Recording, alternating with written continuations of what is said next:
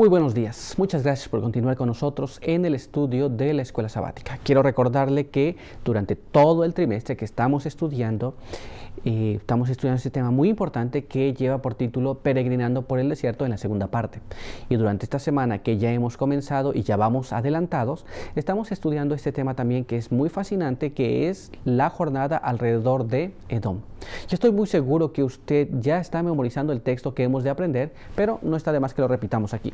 Así que quiero invitarle a que vayamos a la palabra de Dios en el libro de Juan, capítulo 3, y ahí vamos a leer el verso número 14, que nos dice así: Y como Moisés levantó la serpiente en el desierto, así es necesario que el Hijo del Hombre sea levantado. Con este pensamiento, quiero invitarle a que vayamos a Dios en oración para pedir su dirección. Acompáñeme. Padre eterno que está en los cielos, santificado sea su nombre. Estamos muy agradecidos ante su presencia porque nos permite encontrar aquí una vez más para poder estudiar su palabra. Queremos pedir que su bendición nos acompañe y que al estudiar su escritura podamos nosotros entender su voluntad. Guárdenos aquí, bendíganos en el nombre de Jesús. Amén. Pues muchas gracias por estar con nosotros. Quiero recordarle que vamos a comenzar nuestro estudio en relación a lo que nos quedamos el día de ayer y vamos a ver qué es lo que acontece después de esto. Vayamos a nuestro apartado para el día de hoy, y nuestro apartado para el día de hoy es derrota del rey Arad. Y nuestra primera pregunta es: ¿quién atacó a Israel poco después de la muerte de Aarón y cuál fue el resultado? Recordemos que murió Aarón, se quedó en la montaña ya, allí es donde murió, y el pueblo de Israel quedó estacionado por 30 días. Muy bien, ahora, ¿quién le ataca y cuál fue el resultado del ataque después de la muerte de Aarón? Pues vamos a investigar esto en la palabra de Dios, y quiero que me acompañe a leer el siguiente párrafo que está en el libro de Números, capítulo 21, y ahí vamos a ver el verso 1 hasta el verso 3, y nos dice así: Cuando Arad, el rey cananeo que habita en el sur, oyó que venía Israel por el camino de los centinelas, atacó a Israel y tomó prisioneros. Entonces Israel hizo voto al Eterno, dijo: Si entregas a este pueblo en mi mano, destruiré sus ciudades. Y el Eterno escuchó la voz de Israel, entregó al cananeo, y los israelitas destruyeron a los cananeos, y sus ciudades llamaron a aquel lugar Horma, que significa destrucción. Muy bien, ¿qué es lo que pasó? Pues el rey Arad fue y trató de atacar, de hecho lo atacó y tomó prisioneros. Entonces el pueblo de Israel reaccionó y le pidió a Dios: Señor, entréganos este pueblo y vamos a destruir todas las ciudades, y así lo hizo. Muy bien, pero vamos a ir un poquito más allá y vamos a ver la descripción de la pluma inspirada en relación a este asunto que acabamos de leer. Leamos allá en Patriarcas y Profetas, página 454, que nos dice así: Poco tiempo después de dejar el monte de Or, los israelitas sufrieron una derrota en el combate que sostuvieron contra Arad, uno de los reyes cananeos. Pero como pidieron fervientemente la ayuda de Dios, se les otorgó el apoyo divino y sus enemigos fueron derrotados. La victoria, en vez de inspirarles gratitud e inducirlos a reconocer cuánto dependían de Dios, los volvió jactanciosos y seguros de sí mismos. Qué cosa terrible, ¿no? Ahora ellos fueron derrotados. Después ellos piden a Dios y Dios les concede.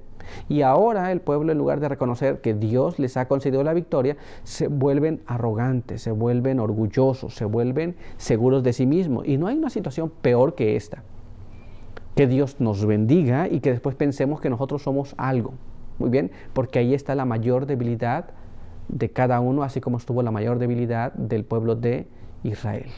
Muy bien, así que vamos a nuestra siguiente pregunta, la cual nos dice así: en lugar de estar agradecidos al Señor, ¿en qué práctica recayó el pueblo nuevamente? ¿Será que tendrían una práctica oculta? No era tan oculta, pues esta práctica la venían haciendo. Y cuando la pregunta nos hace que recapacitemos en lo que recayó, significa que habían caído anteriormente. Muy bien, ¿cuál era esa práctica y qué es lo que ellos volvieron a hacer en esta ocasión? Pues vamos a la palabra de Dios una vez más. Creo que me acompaña a leer allá en el libro de Números, capítulo 21, y vamos a leer el verso 4 en la última parte y el verso número 5. Muy bien. Dice así: y el pueblo se impacientó por el camino y hablaron contra Dios y contra Moisés. ¿Por qué nos hiciste subir de Egipto para morir en este desierto donde no hay pan ni agua? Ya estamos cansados de este pan tan liviano. Muy bien. Bueno, una vez más el pueblo de Israel cayó en la misma práctica de murmurar contra Dios y contra Moisés. Muy bien. Y ahora dijeron: no queremos estar en este lugar donde no hay ni pan ni agua y estamos cansados de este pan que nosotros estamos comiendo, un pan tan liviano, decían ellos. Muy bien. Volvieron a caer en la murmuración. Dios les da la victoria y el pueblo comienza otra vez a murmurar. Vamos a ver lo que la pluma inspirada nos habla sobre este asunto. Leamos aquí en Patriarcas y Profetas, página 454. Nos dice así: pronto se entregaron de nuevo a su viejo hábito de murmurar. Estaban ahora descontentos porque no se había permitido a los ejércitos de Israel que avanzaran sobre Canaán inmediatamente después de su rebelión al oír el informe de los espías, casi 40 años antes.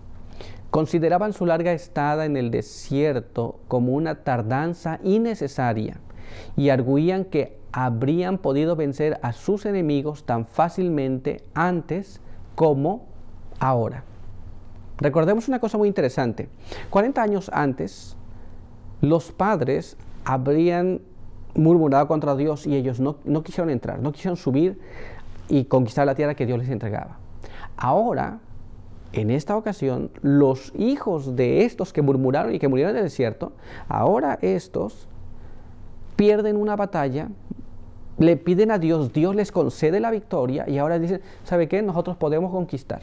¿Por qué tardamos tanto tiempo en regresar a la tierra de Canaán si podemos conquistar? Como los vencimos a estos, también podríamos haber vencido a aquellos en aquel momento. No recordaban que Dios les estaba dando la victoria y comenzaron otra vez con las murmuraciones que ya había pasado muchos años antes. Muy bien, pero quiero que me acompañen a leer este párrafo en la pluma inspirada que se encuentra en Patriarcas y Profetas, página 454, y nos dice así: mientras continuaban su viaje hacia el sur, hubieron de pasar por un valle ardiente y arenoso, sin sombra ni vegetación. El camino parecía largo y trabajoso y sufrían de cansancio y de sed. Nuevamente no pudieron soportar la prueba de su fe y paciencia. Al pasar a todas horas solo en la fase triste, al pensar a todas horas solo en la fase triste y tenebrosa de cuanto experimentaban, se fueron separando más y más de Dios. Tuvieron que ir por un camino diferente. No diferente, era un desierto, era muy similar, pero en este lugar no había sombra, no había vegetación y el camino era muy arenoso. Y el pueblo comenzó a pensar más en la dificultad que estaba pasando en ese justo momento que en el destino al que estaban llegando. Ellos comenzaron a fijarse más en las dificultades, en lo penoso que era caminar, en la falta de vegetación, en todas estas cosas que comenzaron a separarse de Dios y comenzaron también a murmurar nuevamente. Es muy común que el ser humano, nuestro corazón es malo, tan malo que a la primera dificultad tendemos a olvidar lo que Dios ha hecho por nosotros en el pasado y cuán poderoso es para sacarnos de esa situación. Muy bien. Pero acompáñame a leer la siguiente parte de este párrafo, la cual nos dice de la siguiente manera: perdieron de vista el hecho de que si no hubieran murmurado cuando el agua dejó de fluir en Cades, Dios les habría evitado el viaje alrededor de Edom. Dios les deseaba cosas mejores.